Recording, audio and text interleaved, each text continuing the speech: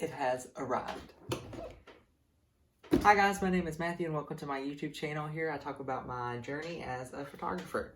So I finally decided that it was time to upgrade to mirrorless, and here I am unboxing the new Canon R6 Mark II. I've got it, it just came in today, and let's open it up and see what we have here. Maybe I should show the camera as well. I don't want it to fall out. Okay. Of course, you have your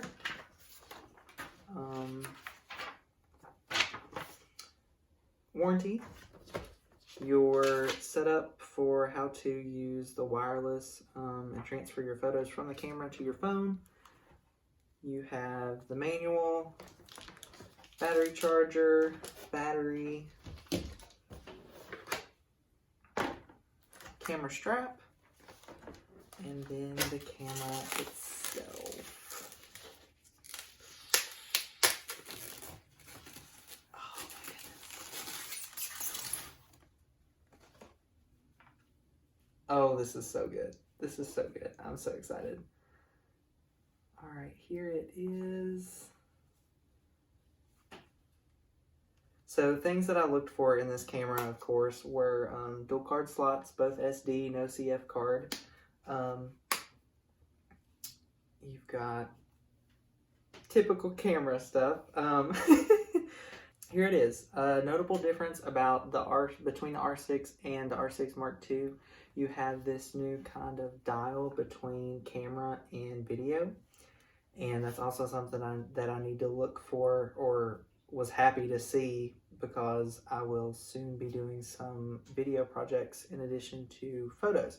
I'm very, very excited to get started with it, and hope to have a review soon. But at this time, the lens that I've ordered has not come in yet, and then I will do a review with this camera and with that lens. So hopefully that will be here soon. I'm going to talk a minute about the current camera that I have.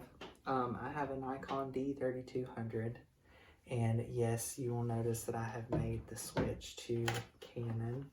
I really love the color that comes from Canon cameras, and I didn't realize that until I used one myself.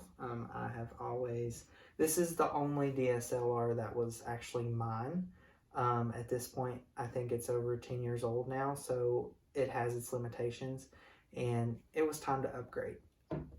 So here we are, and I am very excited. The weight difference between these two, I mean, these cameras are not comparable at all. I mean, this is over 10 years old, I'm pretty sure.